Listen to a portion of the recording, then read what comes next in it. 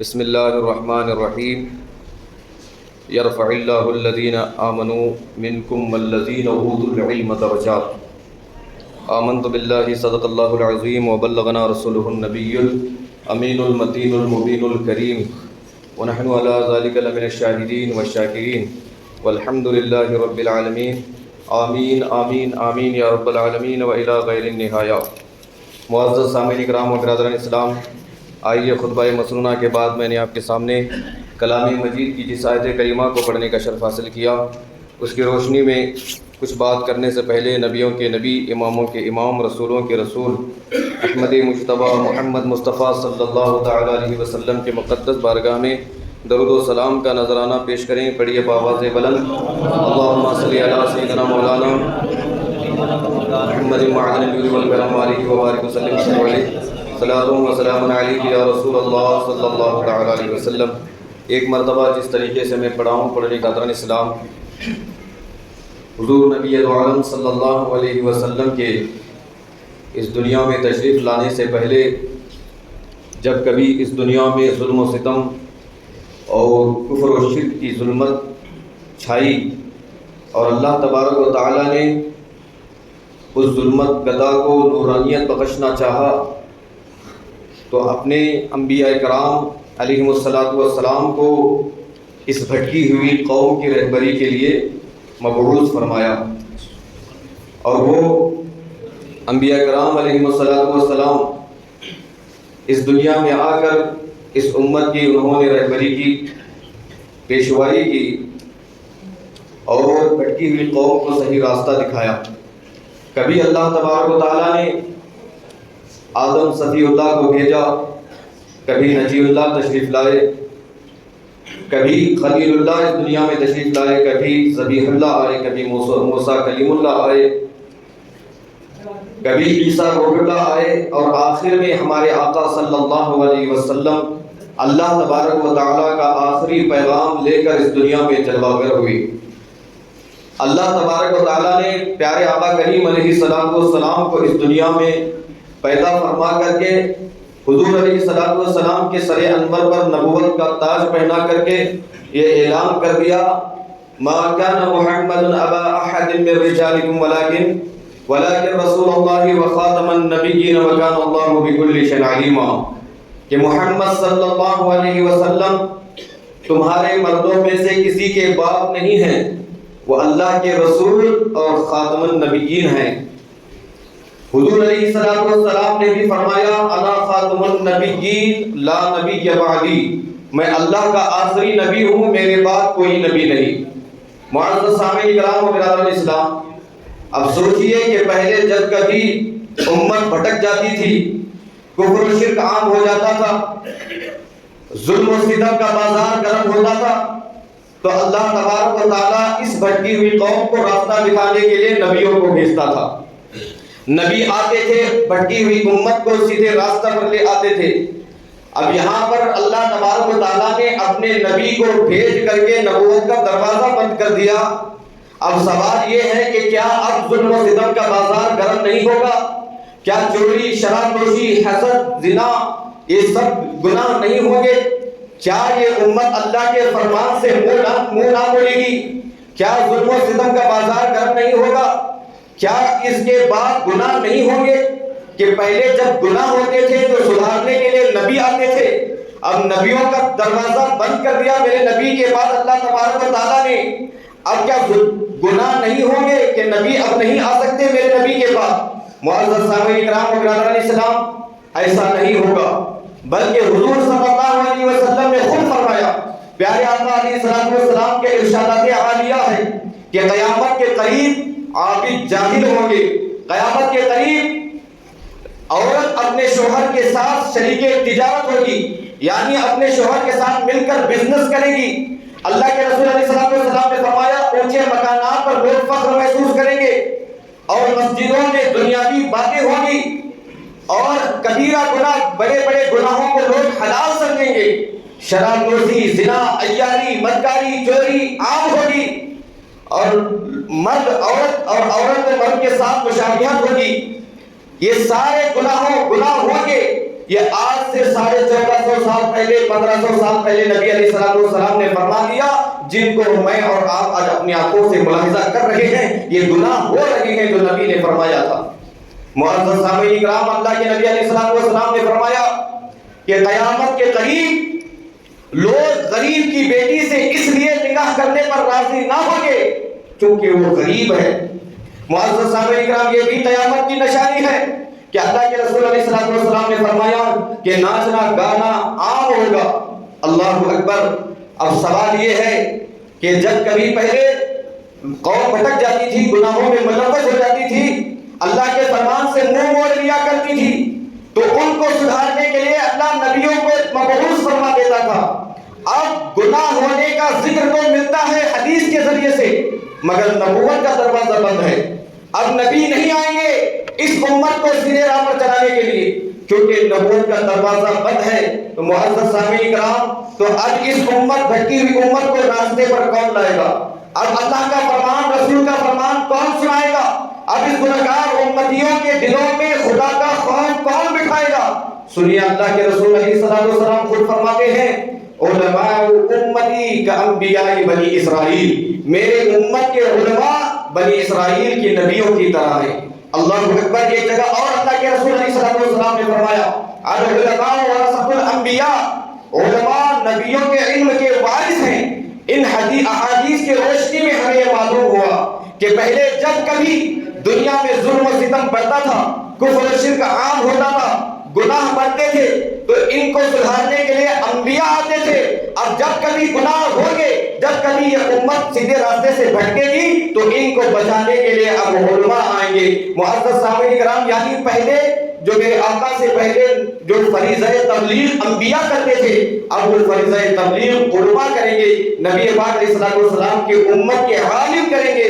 اللہ اکبر۔ اور ہم نے دیکھا ہے کہ اس امت پر جب کبھی بھی مشکل مرحلہ پیش آیا، ہم نے دیکھا ہے کہ جب کبھی یہ قوم بھٹکی تو نبی پاک علیہ السلام کی امت کے علماء کھڑے ہوئے اور اس بھٹکی ہوئی امت کو اللہ کے رسول اور اللہ کے راستے پر گامزن کر دیا۔ خود بھی ڈرتے رہے اور امت کو تقوی پرہیزگاری کا سبق دیتے رہے۔ اللہ اکبر۔ حضور اللہ تبارک و تعالیٰ نے کلام مجید میں فرمایا، انما یخشی اللہ من عبادہ العلماء، بندوں میں سب سے زیادہ اللہ سے وہ ڈرتے ہیں جو علم والے ہوتے ہیں۔ معزز سامعین کرام، علم والے ڈرتے ہیں اور علم والے لوگوں کے دلوں میں خوف خدا پیدا کرتے ہیں، وہ علم حاصل کرتے ہیں۔ اللہ تبارک و تعالیٰ ان کے بارے میں فرماتا ہے، یرفع اللہ الذین آمنوا منکم والذین اوتوا العلم درجات، اور تم میں جو ایمان لائے اور جن کو اللہ نے علم عطا کیا، اللہ ان کے درجوں کو بلند فرمائے گا۔ معزز سامعین کرام و برادران اسلام، قرآن مجید و فرقان حمید نے بہت سے دعووں کے بعد، بہت سی تمہیدوں کے بعد ایک دعویٰ کیا ہے۔ تمہیدیں کیا ہیں؟ کہ رات اور دن ایک نہیں ہو سکتے، اندھیرے اجالے کبھی ایک نہیں ہو سکتے، اندھے انجھیارے کبھی ایک نہیں ہو سکتے، دھوپ اور سایہ ایک نہیں ہو سکتے، مردہ اور زندہ ایک نہیں ہو سکتے۔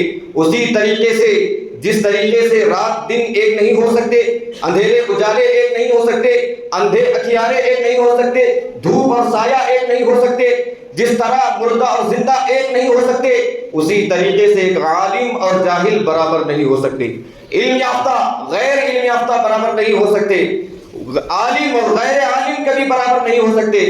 وہ لوگ جن کے دلوں میں علم کی روشنی ہے، وہ لوگ جن کے دلوں میں علم کی مایا ہے، علم کی دولت ہے، علم کی سرمایہ ہے، اور وہ لوگ جن کے سینے علم کی روشنی سے خالی ہیں، علم کی دولت سے خالی ہیں، تاریکی جن کے دلوں میں ہے، تو بتاؤ دونوں ایک کیسے ہو سکتے ہیں؟ دونوں برابر کیسے ہو سکتے ہیں؟ معزز سامعین کرام، اللہ تبارک و تعالیٰ نے یہ کائنات بنائی اور یہ کائنات بنا کر انسان کو اس کائنات کی حکمرانی عطا فرمائی۔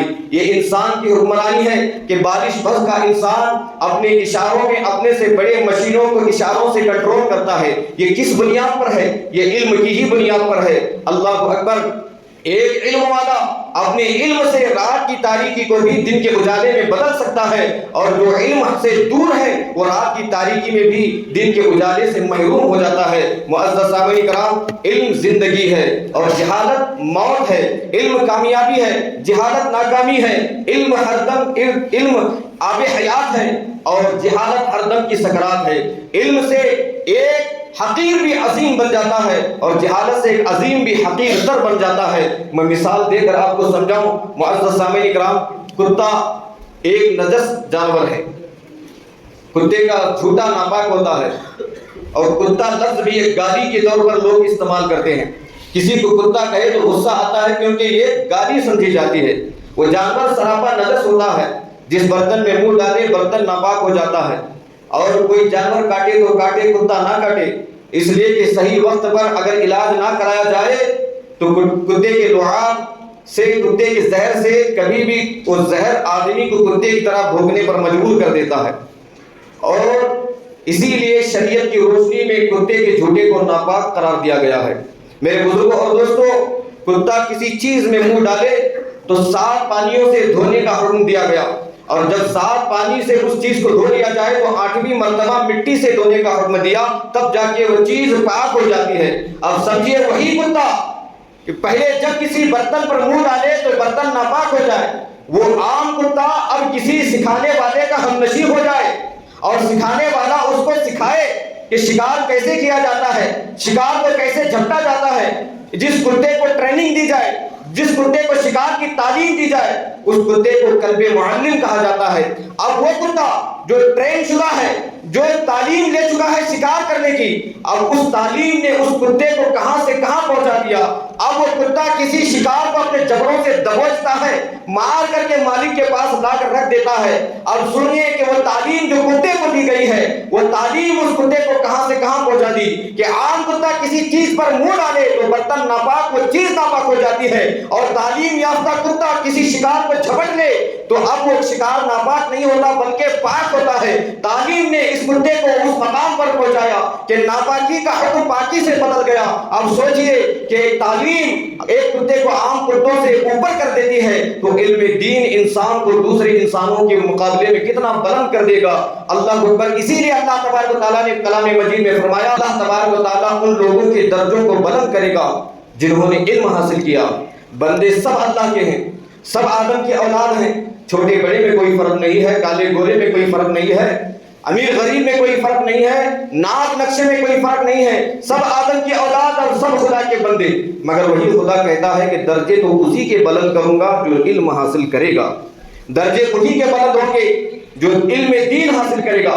معزز سامعین کرام و برادران اسلام، اب علم کئی طرح کا ہوتا ہے، کسی کو زمین کا علم ہوتا ہے، کسی کو آسمان کا علم ہوتا ہے، کسی کو ستاروں کا علم ہوتا ہے، کسی کو ہواؤں فضاؤں کا علم ہوتا ہے، کسی کو نفسیات کا، کسی کو تحقیقات کا علم ہوتا ہے۔ تو علم کی اس دنیا میں مجھے یہ سمجھانا ہے کہ علم کی پہچان موت ہے، علم کی پہچان زندگی ہے، اور جہالت کی پہچان موت ہے۔ علم کی پہچان کیا ہے؟ زندگی ہے۔ علم کی پہچان زندگی ہے اور جہالت موت ہے۔ معزز سامعین کرام، یوں تو اس دنیا میں علم کے نام پر بڑے بڑے اسکولز ہیں، کالجز ہیں، یونیورسٹیاں چلتی ہیں، اور وہاں پر جو تعلیم دی جاتی ہے اسے علم ہی تو کہا جاتا ہے۔ مثال کے طور پر کسی یونیورسٹی میں پروفیسر لیکچر دے رہا ہے اور اپنے اسٹوڈنٹس کو بتا رہا ہے کہ بم کا فارمولا کیسا ہے، کیا ہے، بم کس طرح بنایا جاتا ہے، بم کی خصوصیات کیا ہیں کہ کم وقت میں بہت سارے لوگوں کو موت کے گھاٹ اتارا جا سکتا ہے۔ معزز سامعین کرام، یہ تعلیم کہاں دی جا رہی ہے؟ یونیورسٹی میں، تعلیم گاہ میں سکھایا جا رہا ہے۔ اور جو دنیا میں بم اسپاٹ کرتے ہیں وہ جاہل نہیں ہوتے بلکہ وہ بھی پڑھے لکھے ہوتے ہیں۔ یہ بندوق، یہ بم، اس طرح کے مہلک ہتھیار بنانے والے یہ ان پڑھ نہیں ہوتے بلکہ پڑھے لکھے ہوتے ہیں۔ تو معزز سامعین کرام، ابھی میں نے آپ سے کہا کہ علم کی پہچان کیا ہے؟ زندگی ہے۔ علم کی پہچان زندگی ہے۔ تو جو یونیورسٹیوں میں، کالجوں میں، اسکولز میں جو علم سکھایا جا رہا ہے وہ علم موت سے جڑا ہوا نظر آ رہا ہے، تو بتاؤ وہ علم کیسے ہوا؟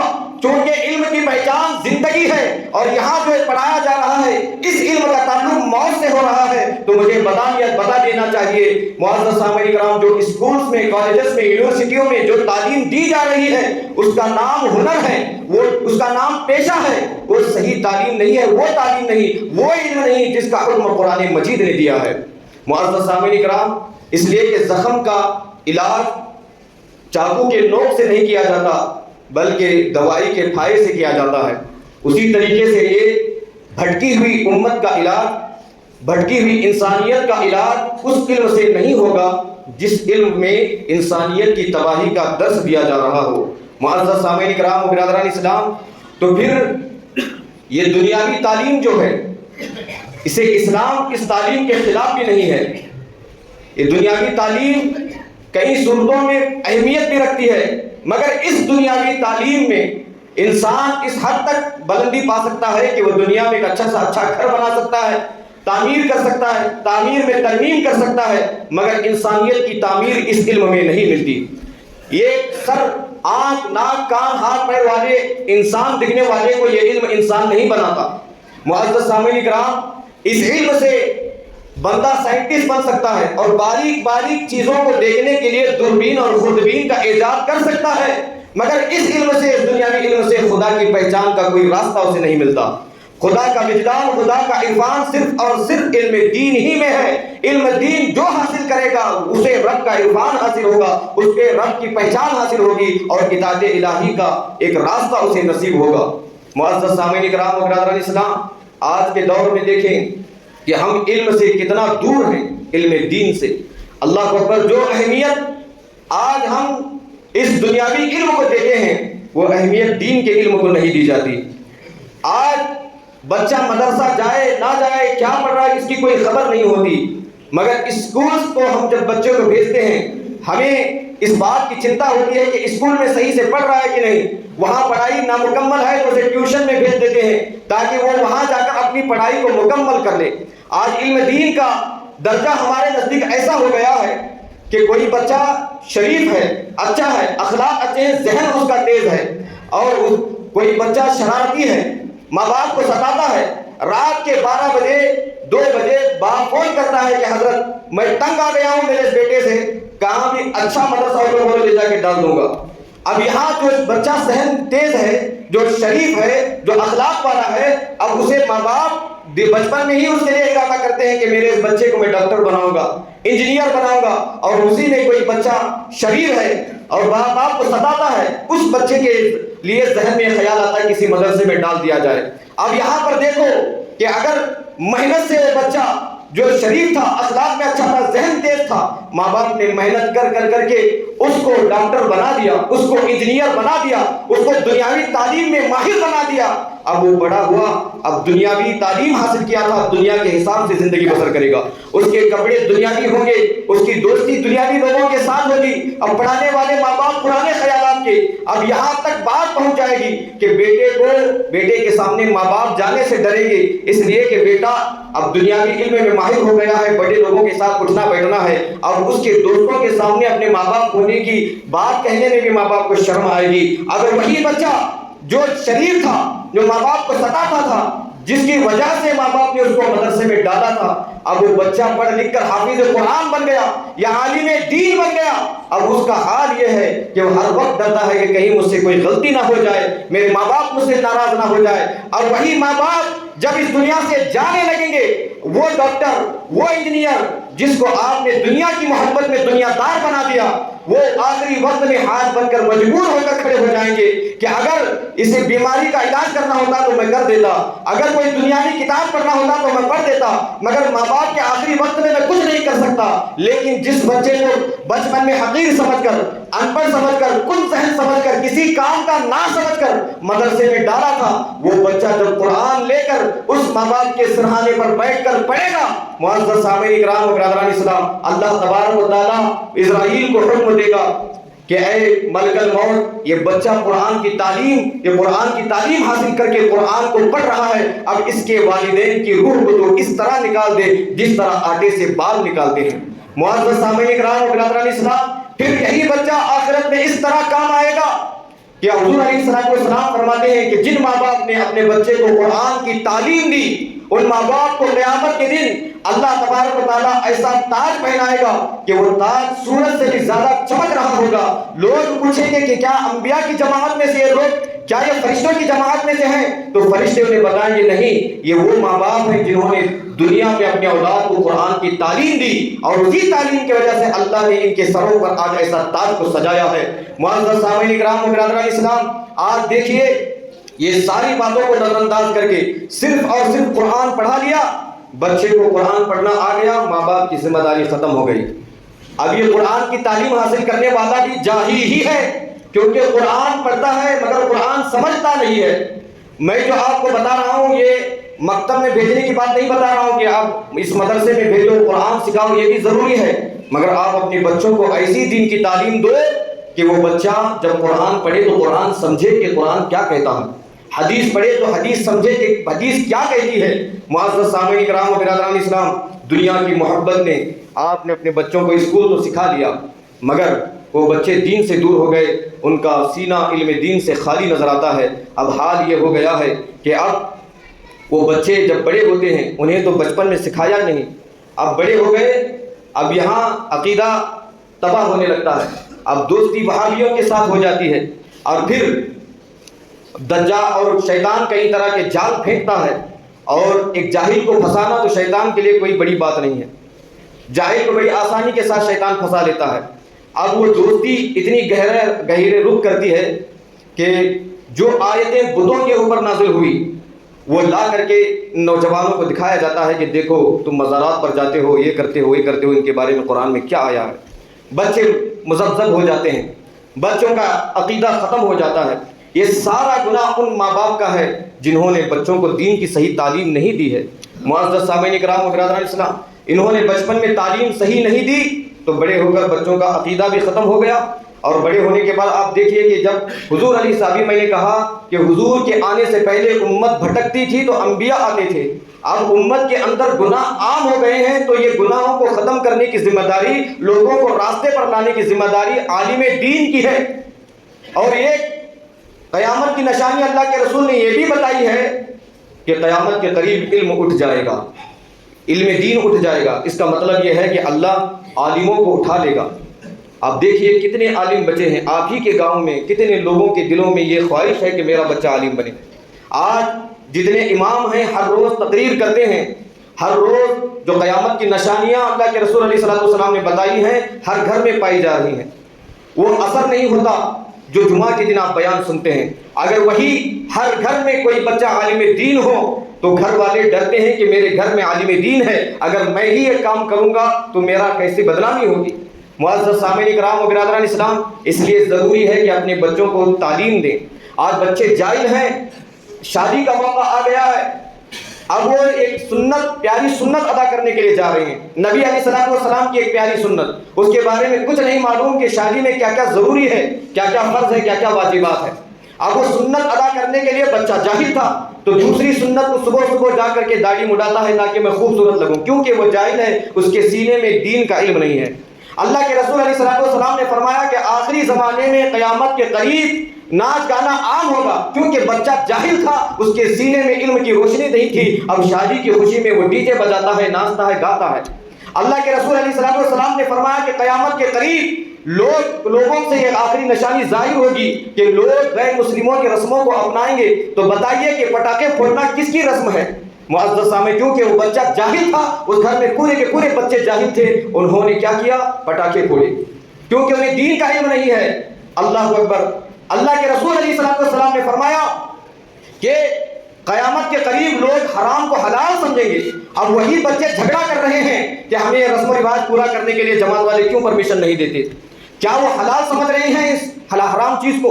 معزز سامعین کرام و برادران اسلام، یہ جتنی ساری چیزیں آج ہمارے گھروں کے اندر عروج پر ہیں، ہر گھر سے قیامت کی نشانیاں ظاہر ہوتی نظر آ رہی ہیں، ان کو مٹانے کا صرف اور صرف ایک ہی راستہ ہے کہ اپنے بچوں کو دین کی تعلیم دو اور یہ بتاؤ کہ اللہ کس سے راضی ہوتا ہے اور کس سے ناراض ہوتا ہے۔ ان کو کچھ پتہ ہی نہیں ہے۔ معزز سامعین کرام و برادران اسلام، اس لیے میری گزارش ہے خاص کر کے ان نوجوانوں سے جن کی نئی شادی ہوئی ہے، ان نوجوانوں سے جن کی ابھی شادی ہونے والی ہے، اگر آپ چاہتے ہیں کہ آپ کے بچے، آپ کی نسل ایسی پیدا ہو کہ آپ کے لیے وہ سامان بخشش بن جائے، مغفرت کا ذریعہ بن جائے، تو میرے بزرگ، میرے دوستو، حرام چیز کھانا چھوڑ دو، اللہ کی عبادت میں مشغول ہو جاؤ، اپنی اہلیہ کو نماز کی تلقین کرو، گھر کے اندر قرآن پڑھنے کا حکم دو۔ جب اس طرح کی زندگی تمہاری ہوگی، تمہارے گھر میں غلام غوث پیدا ہوگا، تمہارے گھر میں خالد بن ولید جنم لے گا، تمہارے گھر میں محمد بن حنفیہ جنم لے گا۔ معزز سامعین کرام، جب اس طرح کی نسل جنم لے گی تو اس طرح کے رسم و رواج ختم ہوں گے، اللہ اکبر، اسلام کا پرچم بلند ہوگا۔ معزز سامعین کرام و برادران اسلام، کم سے کم انسان کے اوپر اتنا علم حاصل کرنا فرض ہے جو ضروریات دین میں سے ہے۔ اگر کوئی شخص کسی حرام چیز کو حلال سمجھ لے تو اس کا ایمان کہاں رہا؟ آپ دیکھیں حضور علیہ السلام نے قیامت کی نشانی یہ بھی بتائی ہے کہ صبح کو مسلمان ہوگا، شام کو کافر ہوگا۔ آج اپنے بچوں کی دنیاوی تعلیم کے لیے آپ ان کو یہ نہیں دیکھتے کہ یہ اسکول غیر مسلموں کی ہے، یہ اسکول کرسچنس کی ہے، نصارہ کی ہے، یہودی کی ہے، اب داخلہ کرا دیتے ہیں، اور وہ بچے صبح میں تعلیم حاصل کرنے سے پہلے وہاں پر پریڈ چلتا ہے اور وہ کوئی کلمات کفریہ بولتے ہیں۔ اسی کی طرف اشارہ کرتے ہوئے اللہ کے رسول علیہ السلام نے فرمایا صبح کو مسلمان، شام کو کافر۔ وہ ہاتھ جوڑ کے وہاں پہ کلمات کفر کہے گا اور شام میں آ کر ماں باپ اسے کلمے پڑھائیں گے تو وہ مسلمان بن جائے گا۔ یہ ساری چیزیں تب ہمیں سمجھ میں آئیں گی جب ہمارے سینوں میں علم دین کی روشنی ہوگی۔ معزز سامعین کرام، اس لیے اپنے بچوں کی صحیح تربیت کریں اور علم دین سے آراستہ کریں اور اپنے گھر کا ماحول شریعت کے مطابق گزاریں۔ اللہ تبارک و تعالیٰ کی بارگاہ میں دعا ہے کہ پروردگار عالم ہم تماموں کو دین سیکھنے، سمجھنے، عمل کرنے اور آگے پھیلانے کی توفیق عطا فرمائے، آمین یا رب العالمین۔ پڑھ لیجئے لا الہ الا اللہ محمد رسول اللہ صلی اللہ تعالیٰ علیہ وسلم۔ آپ کو دیا ہے، ادا کرتے ہوئے ان کی امداد کرتے ہوئے جائیں۔ صفوں کو درست کر لیں۔